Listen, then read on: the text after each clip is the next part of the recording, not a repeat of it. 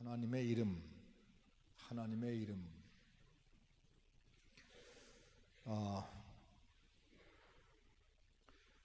사람은 누구나 이름이 있죠.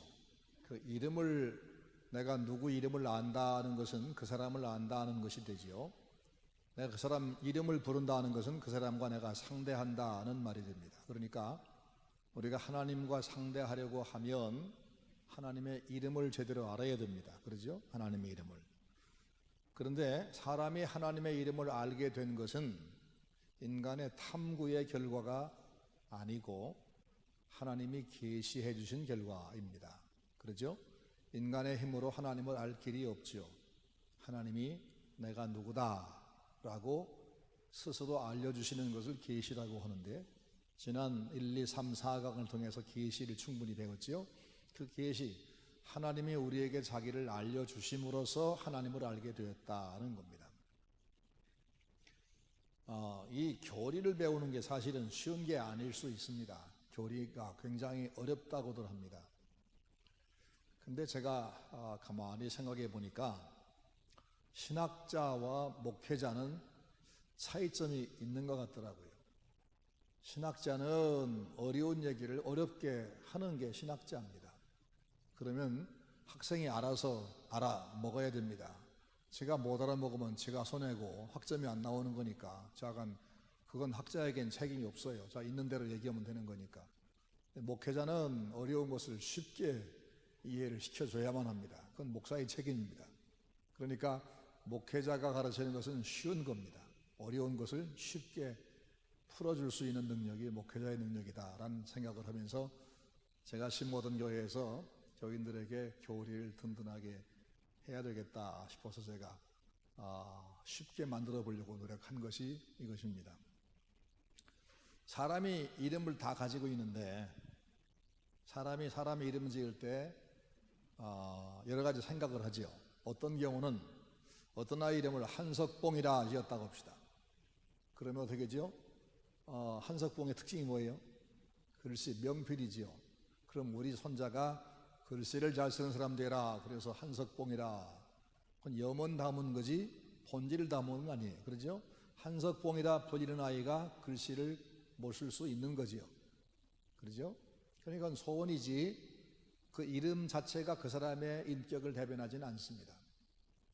강씨 가문에 애가 나는데 튼튼하게 바라고 강호동이라 지어도 그 아이가 비실비실할 수가 있어요. 그렇죠? 그러니까 이름은, 사람이 짓는 이름은 염원에 불과하지 실제가 아닙니다. 제 이름은 임덕순입니다. 이름을 바꾸고 싶어서 많이 생각을 해봤습니다. 여자 이름 같아가지고 어디 가든지 이 여자의 목사 아니야? 제가 처음에 목회할 때 전국 여전도사 연합회에서 자꾸 편지가 와요. 회의에 오인다고.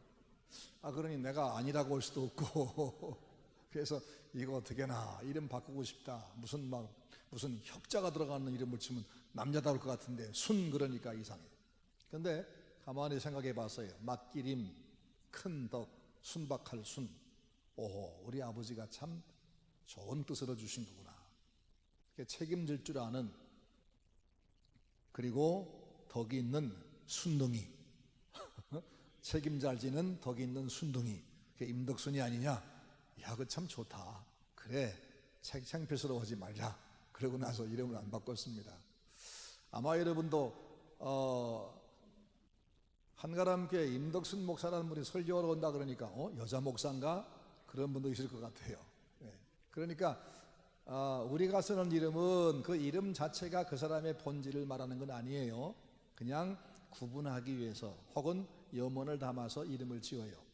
그런데 하나님의 이름은 우리와 영 다릅니다. 그 이름 자체가 그분의 본질입니다. 그래서 하나님의 이름은 곧 하나님을 가르치는 거기 때문에, 하나님의 이름은 곧 하나님을 드러내는 거기 때문에 그 이름을 잘 아는 것이 우리 신앙에 도움이 되는 겁니다. 자, 그 이름들을 쭉 좀 보겠습니다. 1번 엘로힘. 제가 읽지 않은 부분은 여러분이 집에서 읽으시면 됩니다. 첫 번째 이름은 엘로힘. 가장 많이 쓰이는 이름들부터 그렇게 대충 순서를 정했습니다. 우리말로 된 한글어 번역에 하나님이라고 번역된 그 그 단어가 엘로힘입니다. 엘로힘. 읽어보겠습니다. 하나님이라는 이름은 가장 흔하게 불려지는 보통 명사로서 천사들이나 힘있는 권세자들을 가리켜 사용되기도 했습니다. 하나님은 하늘과 교대적으로 사용되기도 했습니다. 만일 하늘에서 주신 바 아니면 사람이 아무것도 받을 수 없느니라. 여기서 말하는 하늘은 하나님을 의미하는 거죠. 또 계속해서 그래서 하나님을 하늘에 계신 분으로 흔히 칭하였습니다. 주기도문에서 하늘에 계신 우리 아버지라고 가르쳐 주셨고 에스라는 하늘에 계신 여호와라고 하였습니다. 우리말의 하나님도 하늘님에서 기원한 것으로 보입니다. 기독교에서 영어권의 God과 God을 구분하여 사용하는 것처럼 우리의 하나님은 유일신 사상까지 포함시켜서 하늘에 계실 뿐 아니라 하나뿐인 신이란 뜻으로 하늘님이 아닌 하나님이라 부르게 된 것입니다. 한국에는 기독교인들이 한국에 와서 하나님이라는 이름을 쓰기 시작했어요. 그래서 지금도 우리는 유일신, 하늘에 계신 높은 분, 동시에 오직 하나이신 분, 이 두 가지 뜻을 담은 이름이 하나님인데 천주교는 다시 하늘님 그러죠. 하느님 그러죠. 하느님. 그 하느님은 하늘님의 변형일 뿐이지 하나님과는 다릅니다. 하나님은 유일하신 분, 그리고 지극히 높은 분, 그런 우리 한국식 이름입니다. 근데 일본에 가보니까 제가 한 5년 전부터 일본의 교회들과 자매결연 맺어서 자주 왕래했습니다. 일본에 가 설교하려면 내가 하나님하고 설교하면 번역하는 사람이, 통역하는 사람이 가미사마 그래요. 그래서 아니 일본에는 하나님이라는 이름이 없느냐 그러니까 없다는 거예요. 그래서 일본의 모든 귀신들을 칭하는 그 가미사마란 그 신의 이름을 하나님에게도 쓰고 있는 거예요.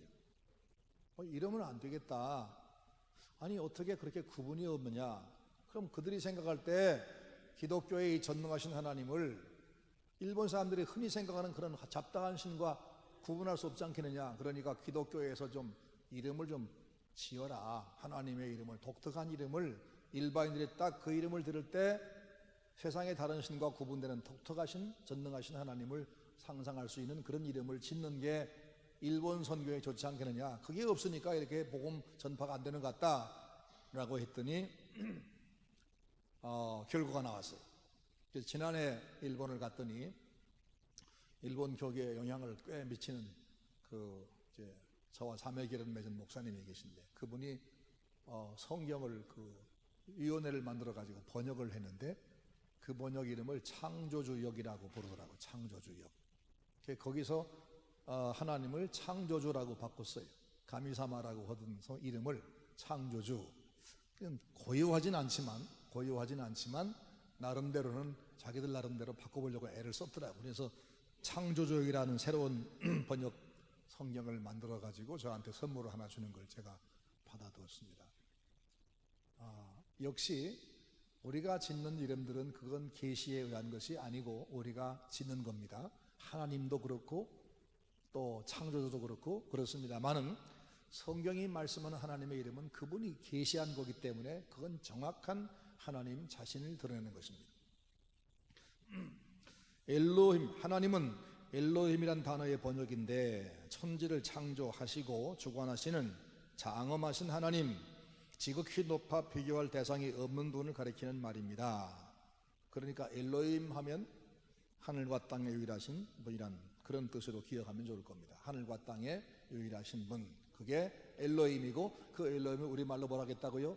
하나님이라고 번역했다. 그 다음 두 번째, 주. 성경에 주란 말이 많이 나오죠. 주. 특별히 신약에 나오는 이름인데 주란 말은 큐리오스, 주인, 주님 그런 뜻입니다. 창조주, 소유주 그런 뜻이죠. 읽어보겠습니다. 시작. 주라는 이름도 하나님의 경우처럼 성경에서 흔히 읽혀지는 보통 명사입니다. 일반적으로 왕 중의 왕 또는 임금이나 주인, 소유자와 주재권을 가진 자 또는 상전을 의미합니다.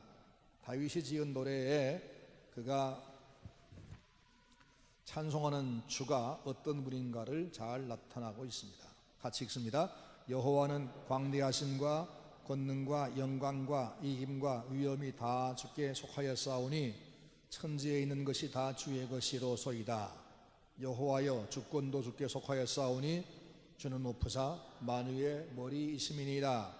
부와 귀가 주께로 말미암고 또 주는 만유의 주제가 되사 손에 권세와 능력이 있사오니 모든 자를 크게 하심과 강하게 하심이 주의 손에 있나이다. 이와 같이 주 하나님은 권능과 위엄이 크신 분이요 천지의 소유자요 주제이며 다스리는 자입니다. 따라서 우리가 이 하나님을 제대로 알고 믿으면 세상과 마귀를 능히 이길 수 있는 능력을 얻게 되며 다른 신을 겸하여 섬길 이유가 없어지는 겁니다. 그러지요? 이분이 절대자고 이분이 유일한 주인이니까 이분 말고 다른 신을 또 섬길 이유가 없는 거지요. 제가 88년도에 강경에서 심호할 때 중국에 선교사를 파송했어요. 88년 4월 5일 날 중국에 선교사를 처음으로 파송했었습니다. 한국에서 중국으로 파송한 건 그게 처음이었습니다.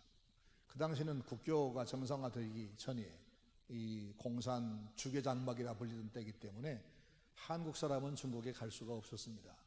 근데 마침 그 강경제일교회 교인 중에 화교가 한 분 있는데 대만에 가서 신학을 졸업하고 온 분이고 아주 착하게 보였어요. 그래서 불렀습니다.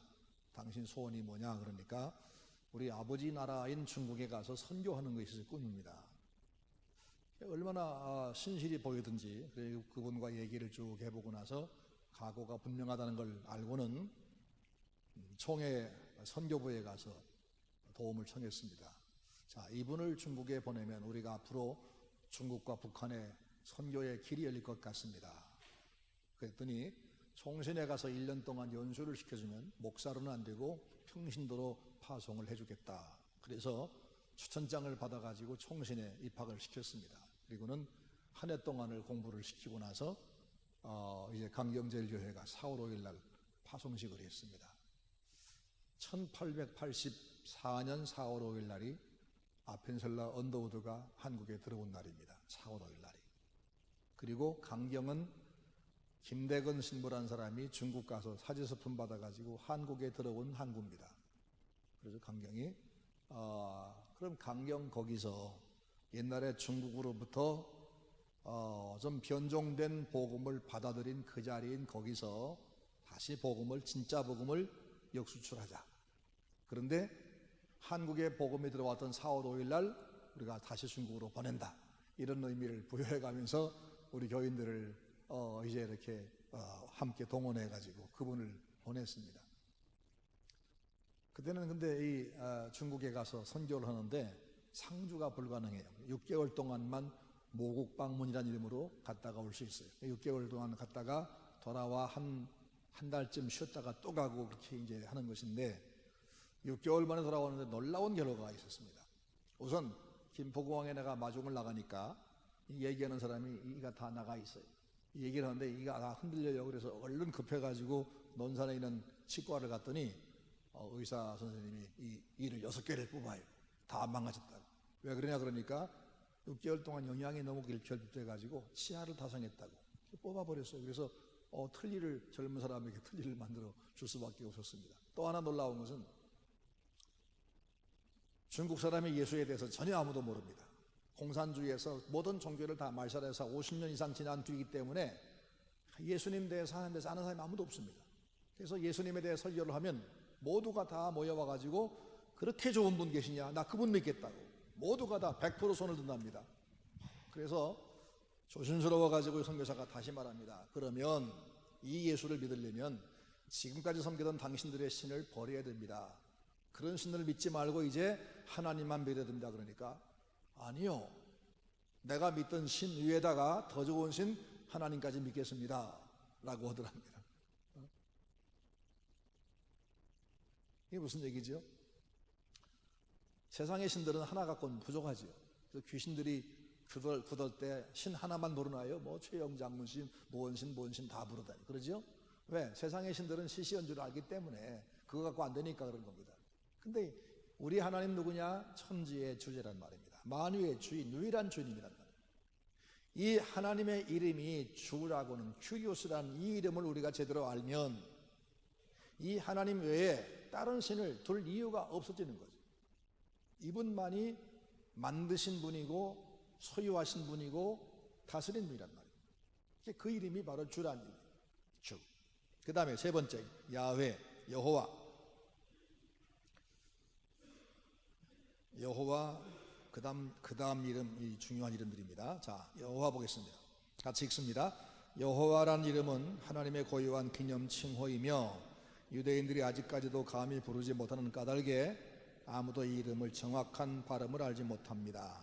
야훼, 야훼 등으로 부르는데 이 이름은 처음부터 자음만으로 표기할 뿐이지 발음하지 않았기 때문입니다. 이스라엘 사람들은요, 하나님 이름을 함부로 부르지 못해요. 아니, 우리 한국 사람도 자기 아버지 이름을 함부로 안 부르지요. 그래서 누가 물으면 어떻게 해요? 뭔자 씁니다. 그렇게 말하죠. 그러죠? 근데 우리는 그건 발음을 하는 건데 이스라엘 사람들은 하나님 발음을 못했습니다. 감히 두려워서. 그래서 모음을 붙이면 발음이 나오니까 모음을 없애고 자음만 썼어요. 그래서 거기 지나갈 때는 그냥 하고 넘어가지 발음을 안 합니다. 그렇게 오랜 세월 가다 보니까 그 여호와 이름이 발음이 정확하게 뭔지 아무도 모릅니다. 그래서 여호와란 그 자음에다가 나중에 주를 의미하는 아도나이란 자음을 붙였더니 모음을 붙였더니 여호와란 이름에다가 아도나이란 자음을 붙였더니 여호와란 발음이 된 겁니다. 그래서 두 이름의 합성어가 바로 여호와입니다. 이 여호와란 이름은 지금도 아직도 아무도 사실은 발음을 알지 못합니다. 유대인도 모릅니다. 그래서 우리는 그냥 여호와 혹은 야훼 이렇게 부르고 있는 겁니다. 자, 계속 봅니다. 지금 우리가 사용하는 여호와는 자음 넉자에다가 주를 가리키는 아도나이라는 히브리 모음을 갖다 붙여 만든 것입니다. 그러나 후대 학자들 중에도 이 같은 발음에 만족할 수 없어서 출애굽기 3장 14절에 스스로 있는 자라는 단어에 근거해서 야훼로 발음하기 시작했습니다. 계속 봅니다. 출애굽기 6장 2절로 8절 말씀 보면 하나님 모세에게 자기를 여호와라고 계시하십니다. 하나님이 모세에게 말씀하여 가라사대 나는 여호와로라. 내가 아브라함과 이삭과 야곱에게 전능의 하나님으로 나타났으나 나의 이름을 여호와로는 그들에게 알리지 아니하였고 가나안 땅 곧 그들의 우고하는 땅을 주기로 언약하였더니 이제 애굽 사람이 종을 삼은 이스라엘 자손의 신음을 듣고 나의 언약을 기억하노라. 그러므로 이스라엘 자손들에게 말하기를 나는 여호와라. 내가 애굽 사람의 무거운 짐 밑에서 너희를 빼어내며 그 고역에서 너희를 건지며 편팔과 큰 재앙으로 너희를 구속하여 너희로 내 백성을 삼고 나는 너희 하나님이 되리니 나는 애굽 사람의 무거운 짐 밑에서 너희를 빼어낸 너희 하나님 여호와인 줄 너희가 알지라. 내가 아브라함과 이삭과 야곱에게 주기로 맹세한 땅으로 너희를 인도하고 그 땅을 너희에게 주어 기업을 삼게 하리라. 나는 여호와라 하셨다 하라. 여기서 나는 여호와란 말씀을 여러 번 반복하시죠. 난 여호와라. 근데 이 내용이 뭐냐면 내가 옛날에 약속했던 대로 너희들에게 해방을 주고 가나안 땅을 주겠다 이 얘기를 하는 겁니다. 그래서 이 여호와란 이름은 어떤 의미를 가지냐면 사람들을 그들이 그 은혜 받을 만한 자격이 안 됨에 되지 못함에도 불구하고 그들을 당신 것 삼으시고 일방적으로 약속을 주시고 일방적으로 은혜 약속을 해주시고 그 약속을 지켜가는 하나님, 그런 의미입니다. 창세기 1장에는 뭐가 나오냐면 하나님이 천지를 창조한 기록이 나옵니다. 거기서는 엘로힘이라고는 하나님이란 단어만 계속 반복됩니다. 2장에서도 마찬가지입니다. 천지의 창조가 아직 안 끝났습니다. 창조할 때는 그분이 하나님입니다. 유일하신 하나님, 천지를 창조한 유일하신 분.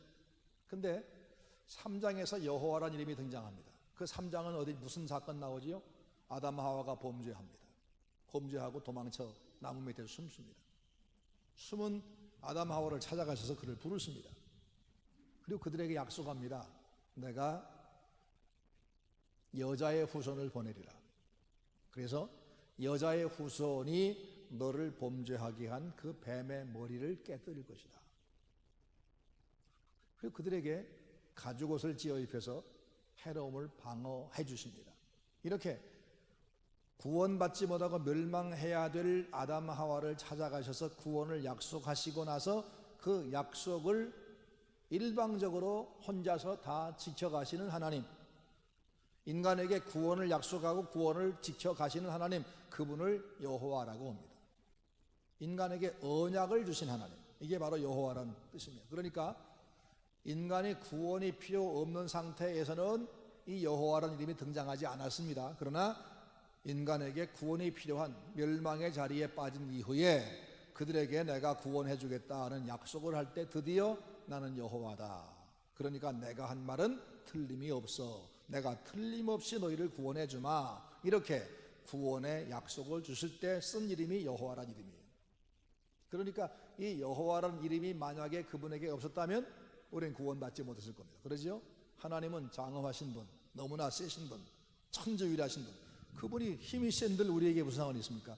그분이 힘이 세요, 그분이 무서운 분이면 우리는 멸망할 뿐이죠. 그런데 그분이 여호와이기 때문에 우리가 구원을 받는 겁니다. 자, 이 페이지 제일 마지막 부분 보겠습니다. 창세기 3장에는 아담과 하와의 범죄와 하나님의 책망과 구속의 약속이 나옵니다. 아담과 하와의 범죄, 그리고 그들에게 형벌이 임하고 저주 아래 살게 되는 상황과 여호와 하나님 그들에게 구원을 약속하시는 내용이 창세기 3장입니다. 하나님은 범죄한 그들에게 여자의 후손을 통한 구속을 약속하셨으며 당신을 여호와라고 소개하셨습니다. 그리고 아브라함과 이삭과 야곱에게 다시 구원과 축복을 약속해 주셨습니다. 하나님은 그 이름으로 맺으신 언약을 기억하시고 이스라엘을 애굽에서 번성케 만드셨고 기이한 방법으로 구원하시고 가나안으로 인도하셨습니다. 하나님의 이름은 여호와라는 이름이 있다. 그 이름은 범죄한 인간들에게 일방적으로 구원을 약속하시고 그 약속을 기억하셔서 마침내 약속대로 성취하시는 신실하신 하나님이란 뜻이다 말입니다. 계속 봅니다. 시편 136편은 여호와께 감사하라. 그는 선하시며 그 인자하심이 영원하미로다 라고 되풀이하여 감사하며 찬양하고 있습니다. 시편 136편이 몇 절까지 있죠? 36절이죠? 그렇죠? 36절입니다. 그런데 그 매절마다 계속 반복되는 게 뭐냐면 여호와께 감사하라. 그는 선하시며 그 인자하심이 영원합니다 하면서 그 다음 내용을 쭉 얘기합니다. 그러니까 여호와 하나님이 여호와가 아니었으면 그런 은혜는 우리에게 전혀 해당도 안 된다는 얘기입니다. 네 번째, 전능하신 하나님. 믿음의 조상들인 아브라함과 이삭과 야곱이 즐겨 사용한 하나님의 이름은 전능한 하나님이었습니다. 전능한이란 단어는 가슴에 품고 먹이다 라는 뜻을 가지고 있어서 하나님이 자기 백성을 어미가 가슴에 품고 젖을 먹이면서 보살피듯이 그렇게 사랑하고 축복하신다는 것을 의미합니다. 하나님께서 이사야에게 말씀하기를 여인이 어찌 그 젖 먹는 자식을 잊겠으며 자기 태에서 난 아들을 긍휼히 여기지 않겠느냐. 그들은 혹시 잊을지라도 나는 너를 잊지 아니할 것이라. 내가 너를 내 손바닥에 새겼고 너희 성벽이 항상 내 앞에 있나니 라고 하신 말씀에서 알 수 있듯이 전능하신 하나님은 자기 백성들의 축복과 위로의 원천이시며 혼란에서 건지는 긍휼이 풍성하신 아버지이십니다. 전능하신 하나님, 그러면 하나님이 전능하시다, 못할 게 없다, 그런 그 하나님의 파워만 강조된 것처럼 느껴지는데 사실은 그 반대입니다. 하나님의 파워만 강조하는 것이 아니라 그 전능하신 하나님이 그 힘을 누구한테 쓰느냐? 자기 백성을 어루만지고 먹이고 기르는 데 쓰신다는 겁니다. 제가 지난번 설교했죠. 가정에서의 힘의 원리가 어떻다고요? 가정에서 힘 가진 사람은 그 힘을 어디다 쓴다고요? 힘이 없는 사람들을 억압하고 누르고 착취하는 것이 아니라 그 힘이 없는 약한 가족을 돌보는데 그 힘을 쓰는 거죠. 그렇죠? 하나님은 전능하십니다. 전능하신 하나님 그러면 하나님이 무한히 힘이 세기 때문에 나 같은 것은 그 중에 꼼짝도 못하고 나는 망했다 이렇게 느껴지는데 그게 아니고 그분이 아버지이기 때문에 우리 아버지가 힘이 실수록 우린 보호받는 거 아니에요? 이런 개념으로 생각하는 겁니다. 이제 하나님, 전능하신 하나님은 그 능력을 가지고 우리를 돌보신다. 우리가 연약함에도 불구하고, 배신을 자주 함에도 불구하고 그 능력으로 우리를 돌보신다. 그런 내용입니다. 보겠습니다. 그 이해를 보겠습니다. 이 같은 사실은, 시작. 이 같은 사실은 하나님이 아브라함을 찾아오실 때에 전능하신 하나님으로 나타나셨던 정황으로도 알 수 있습니다. 아브라함이 하나님 약속을 믿고 기다리지 못해서 애굽 여자 하갈을 취하여 이스마엘을 낳아버리자 하나님은 그를 13년간 버려두셨다가 99세에 찾아오십니다. 하나님은 아브라함의 비신앙적인 행동을 인하여 13년간이나 버려두셨던 것입니다. 그러나 13년 세월이 흐른 뒤 그를 다시 찾아오셔서 내가 내 언약을 너와 너 사이에 세워 너로 심히 번성케 하리라 말씀하시면서 언약을 세워주시는데 그때 자기 이름을 전능한 하나님이라고 계시합니다. 희한하죠? 아브라함이 범죄하고 하나님 기대에 져버렸는데도 불구하고 찾아오셔서 나는 전능한 하나님이라 그러면서 그를 보호하는, 그에게 은혜를 베푸는 그런 장면입니다. 계속 봅니다. 전능하신 하나님이란 말은 모든 것이 가능하다, 그래서 내가 원한다면 무엇이든지 다 할 수 있다는 의미이지만 그렇게 전능하신 하나님이 왜 우리 같은 초라한 인간을 위하여 그 능력을 사용하며 도와주시느냐? 기꺼이 우리의 아버지가 되어주시는 축복의 신이기 때문입니다. 감사하죠? 얼마나 감사합니까? 이해가 많습니다. 야곱 예반 더 봅시다. 시작. 야곱의 경우 보면 더욱 분명해집니다. 아버지와 형을 속이고 탐욕에 이끌려 장자권을 얻어냈지만 그 일 때문에 형에게 살해당할까봐 집을 떠나 먼 길로 가야만 했던 허물 많은 야곱입니다. 이때 야곱은, 이삭은 도망간 야곱을 위해 아버지가 전능하신 하나님의 이름으로 축복했고 도망가는 길가에서 만나주셨습니다. 예, 야곱의 아버지가 누구지요? 이삭이지요. 이삭이 야곱한테, 도망가는 야곱한테 축복할 때 누구 이름으로 했다고요? 전능한 하나님의 이름으로. 그리고 그가 베델 들판에서 혼자 돌베개 자고 베고 자다가 꿈을 꿨을 때 누가 오셨어요? 전능하신 하나님이라는 이름으로 오셔서 그를 축복하십니다. 전능하신 하나님. 그러니까 이 야곱은 그 하나님에게 그렇게 보호와 인도를 받을 자격이 사실은 없습니다. 그런데 그 하나님이, 그 전능한 하나님이 아버지가 되어주기 때문에 찾아오시고 그를 또 붙드시고 내가 너를 내 고향 땅으로 돌아오기까지 떠나지 않겠다고 약속하십니다. 그러니까 하나님의 그 힘이 세신 것은 우리한테는 두려움이 아니라 자랑거리인 겁니다. 자랑거리. 시간 없어 거기는 약하고 읽으시기 바라고요. 5번 만군의 여호와. 만군의 여호와, 이거 제일 중요하다고 생각합니다. 읽어보겠습니다. 하나님이 선지자 이사야에게 자기 이름을 만군의 여호와라고 나타나시던 때의 정황을 보면 그 시대는 사람들이 종교적으로 부패하여 하나님을 멸시했으며 부자들은 가난한 자들을 학대하고 사치와 향락을 즐겼던 악한 시대입니다. 성경을 보면 다 나옵니다. 그 다음에 그런 사람들을 구원하기 위하여 심판의 칼날을 자기 자신에게 겨누시고 구원의 대상을 지켜주시는 자비로우신 심판주를 가리킬 때 만군의 여호와란 이름을 사용했습니다. 자, 심판의 칼날을 누가 가지고 계시죠? 심판의 칼 누가 가지고 계십니까? 심판주 하나님. 그런데 그 심판의 칼날을 누구를 향해 겨누었어요? 자신에게. 누가 그 칼을 받았어요? 아들 예수님이. 그러죠? 그리고는 그 칼을 받아야 될 멸망할 인간들을 대신 구원하시는 하나님. 바로 그게 만군의 여호와란 이름이 품고 있는 의미입니다. 계속 보겠습니다.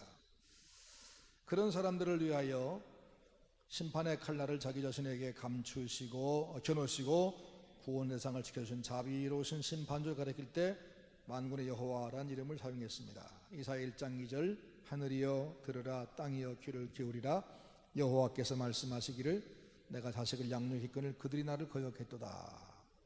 그렇게 죄된 백성들을 향하여 하나님은 만군의 여호와로서 죄 용서를 제안했습니다. 어떻게 제안했죠?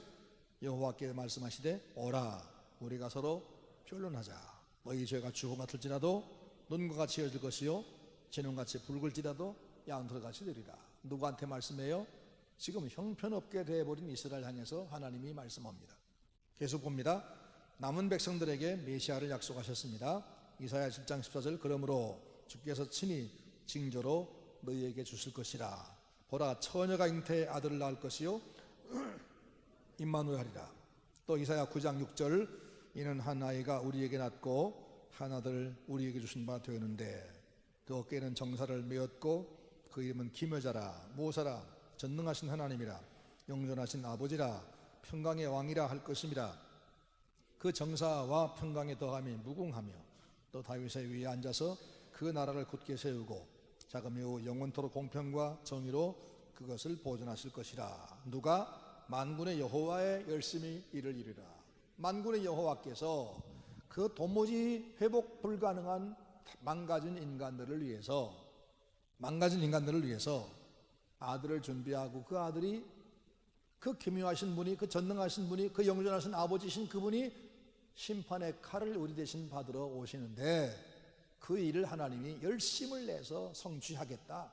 너희들을 구원하기 위해서 그 일을 내가 열심으로 이루겠다. 그런 약속을 하고 계십니다. 그리고 그 메시아에게 그 백성들의 죄와 형벌을 대신 담당케 하셨습니다. 이사야 53장 4절 그는 실로 우리의 질고를 지고 우리의 슬픔을 당하였거늘 우리는 생각하기를 그는 징벌을 받아서 하나님께 맞으며 고난당한다 하였노라. 그가 찔림은 우리의 허물을 인하며 그가 상함은 우리의 죄악을 인함이라. 그가 징계를 받음으로 우리가 평화를 누리고 그가 채찍에 맞음으로 우리가 나음을 입었도다. 여호와께서는 우리 무리의 죄악을 그에게 담당시켰다. 그가 누구지요? 예수 그리스도 전능하신 하나님이시고 영존하신 아버지신 그 창조주 예수님에게. 다음 시간에 배울 건데 하나님은 삼위일체입니다. 그래서 성자나 성부나 한 분이십니다. 그러니까 그 전능하신 하나님이 만군의 여호와께서 당신이 가지신 심판의 칼을 당신 자신에게 겨누셨다는 겁니다. 당신 자신에게. 그리고는 도무지 용서할 수 없는 인생들, 회복 불가능한 인생들을 그 예수님이 대신 당하신 심판의 칼날 때문에 용서하시고 아들로 받으셨다. 자, 그 엄청난 권능을 가지고 그 권능, 그 심판의 칼을 자신에게 겨누시고 인간들을 대신 구원할 그 은혜로운 분이 누구냐? 바로 그분이 만군의 여호와다. 만군의 여호와다. 그 건 이름만 보면 전능하신 하나님, 만군의 여호와 그러면 막 겁이 바짝 나게 되잖아요. 그러죠? 전능하신 하나님, 만군의 여호와 그런 겁나는 이름인데 그 겁나는 이름들을 다 어떻게 쓰시느냐? 우리를 보호하고 우리를 구원하기 위해서 대신 형벌을 받고 이렇게 하신 분이라. 이 같은 하나님이 이런 신이 있을 수가 없는 거죠. 그리고 그분이 자기를 계시하지 않고서는 우리가 이런 하나님을 이해할 수가 없는 거죠. 이해할 수가 없어요. 계속 봅니다. 이렇듯 만군의 여호와는 자기 백성들의 구원을 성취하기 위하여 열심 내시되 그 어떤 반역도 참아내시고 하나님의 그 선하신 일을 방해한 어떤 세력과도 싸워 이겨서 기어코 구원을 성취내시는 거룩한 천사이신 하나님을 만군의 여호와라고 소개했습니다. 예레미야 50장 34절 그들의 구속자는 강하니 그 이름은 만군의 여호와라. 결코 그들의 원을 펴서 그 땅에 평안함을 주고 바벨론 거민으로 불안케 하리라. 자, 만군의 여호와가 이렇게 좋은 이름이었네요. 그죠? 이렇게 좋은 이름이었네요. 구원을 방해하는 그 엄청난 권능은 어디서 쓰느냐? 하나님이 계획하신 구원을 방해하는 방해 세력을 치는 데 쓰시고 그 능력을 우리를 구원하고 당신이 계획한 대로 구원하는 데 쓰신다. 결코 우리를 치는 데 쓰지 않는다. 그 다음에 여섯 번째, 아버지. 여긴 더 친절한 이름이죠. 아버지. 같이 읽습니다. 모세가 이스라엘 총회에 들려준 노래 중에 우매무지한 백성아 여호와께 이같이 보답하느냐? 그가 너를 얻으신 너희 아버지가 아니시냐? 너를 지으시고 세우셨도다 라는 말이 있습니다. 그리고 이사야가 드린 기도를 보면 주는 우리 아버지시라. 아브라함은 우리를 모르고 이스라엘은 우리를 인정치 아니할지라도 주 여호와는 우리 아버지시라. 상고부터 주의 이름을 우리 구속자라 하였거늘 이라 하여 전능하신 하나님을 우리 아버지라고 불렀습니다. 하나님 아버지는 우리를 지으신 분이요 사랑으로 보살펴 양육하시고 인자와 긍휼로 더하시고 좋은 것으로 만족해 하시는 분이십니다. 한번 불러봅시다. 제일 다정하게. 뭐라고 부를까요? 아버지. 시작. 아버지. 네. 아버지. 이름만 불러도 얼마나 좋아요. 그렇죠? 하나님은 우리 아버지십니다. 이 아버지란 이름을 우리 외에 누가 부를 수 있나요? 불가능하죠. 우리 외에는 이런 특권을 받은 사람이 없습니다. 로마서에서 그래서 바울이 뭐라고 하죠? 하나님이 우리의 마음속에 양자의 영을 넣어주셔서 아버지라고 부르게 하셨다. 아버지라 부르게 했다. 우리가 아버지라고 스스럼 없이 부르는 것은 이것은 내가 구원받았다는 증거고 성령이 내 안에 계신다는 증거입니다. 그리고 내가 영원한 영생을 보장받았다는 증거입니다. 아버지. 다시 한번 아버지. 그래요. 다시 봅시다. 이제 특별히 신약에서 예수님은 하늘에 계신 우리 아버지여 라고 기도하라고 가르쳐주셨습니다. 아들이신 예수님은 하나님을 늘 아버지라 부르셨습니다. 특히 요한복음에는 하나님이 아버지로 두드러지게 소개되고 있고 사도 바울은 성도들이 양자의 영을 받아서 아빠 아버지라 부르게 되었다는 사실을 강조했습니다. 바울에 의하면 성령께서 우리가 하나님의 자녀인 것을 증거했습니다. 따라서 그 위대하고 사랑이 풍성하신 전능하신 하나님이 우리 아버지가 되셔서 우리를 위해 주신다면 그 누구라도 우리를 대적하거나 송사하거나 정죄할 수 없기 때문에 우리를 사랑하신 이 하나님 때문에 우리가 그 어떤 불리한 상황을 만날지라도 넉넉히 이길 수 있는 것입니다. 그런즉 이 일에 대하여 우리가 무슨 말하리요? 만일 하나님이 우리를 위하시면 누가 우리를 대적하리요? 자기 아들을 아끼지 아니하시고 모든 사람을 위하여 내주신 이가 어찌 그 아들과 함께 모든 좋은 것을 우리에게 은사주지 아니하시겠느냐? 누가 능히 하나님의 택하신 자들을 송사하리요? 의롭다 하신 이는 하나님이시니 누가 정죄하리요? 다시 살아나신 이는 그리스도 예수시니 그는 하나님 우편에 계신 자요 우리를 위하여 간구하시는 자시니라. 누가 우리를 그리스도의 사랑에서 끊으리요? 환난이나 곤고나 핍박이나 기근이나 적신이나 위험이나 칼이랴. 그러나 이 모든 일에 우리를 사랑하시는 이로 말미암아 우리가 넉넉히 이기느니라. 만군의 여호와가 전능하신 하나님이 우리 아버지시다. 우리에게 견울 심판의 칼날을 당신 자신에게 놓으시고 우리를 구원하셨다. 그 큰 권능을 하나님의 구원 역사에 방해되는 것들을 치는 데 쓰신다. 그리고 우리는 사랑으로 안으신다. 이분이 우리 아버지시다. 이분 한 분이면 족하지요? 네, 이분 한 분이면 족합니다. 이분 사랑을 받고 이분을 경배하며 이분의 말씀대로 오늘 우리가 살아보려고 하는 이것이 얼마나 큰 복인지. 네, 뭐가 두렵습니까? 뭐가 부족합니까? 그 다음에 기타 이름들 보겠습니다. 하나님의 이름은 하나님의 본질을 드러내 주시는 계시가 됩니다. 하나님을 계시해 주고 있는 기타 이름들로서는 다음 몇 가지가 있습니다. 여호와 이레, 잘 아시죠? 우리를 위해서 속죄물을 친히 준비해 주신 하나님. 속죄물 뿐이겠어요? 모든 것을 앞서 준비하는 분이죠. 여호와 이레. 두 번째는 여호와 니시, 우리에게 승리를 주시는, 우리 깃발 되시는 하나님. 깃발 되시는, 전쟁할 때 부대기가 앞에 탁 나가죠. 깃발이 나갑니다. 그러면 사기가 막 돋죠. 사기가 올라가죠. 하나님이 우리 깃발이시다. 세 번째, 여호와 살롬, 죄로 인해 징계를 받을 수밖에 없는 자들에게 친히 화목제물을 준비해 주셔서 하나님과 자기 백성 사이에 화평을 주신 하나님. 하나님이 화평이 되십니다. 그분이 화평이 아니고 그분이 바로 공의의 하나님이라면 죄진 우리는 불안해할 수 없을 겁니다. 근데 그분이 우리의 죄를 용서하기를 좋아하시고 친히 당신이 벌을 대신 받으면서까지 용서하시니 그분이 우리 화평이십니다. 그 다음에 여호와 라파, 자기 백성을 모든 질병에서 치료하는 하나님. 가장 큰 병이 뭘까요? 죄라는 병이고 죽음이라는 병이죠. 이걸 치료하는 분이 주님이십니다. 또 에벤에셀, 뭔 뜻이에요? 자기 백성에게 도움과 힘이 되시는 하나님. 여호와께서 여기까지도 오셨다, 그 말이 에베네셀이죠. 오늘 지금도 우리가 계속 에베네셀을 외치고 와야 됩니다. 하나님이 지나간 한 주간도 여기까지 인도하셨다. 에베네셀, 하나님이 함께 하신다. 또 임마누엘 무슨 뜻이에요? 하나님이 우리와 함께 하신다.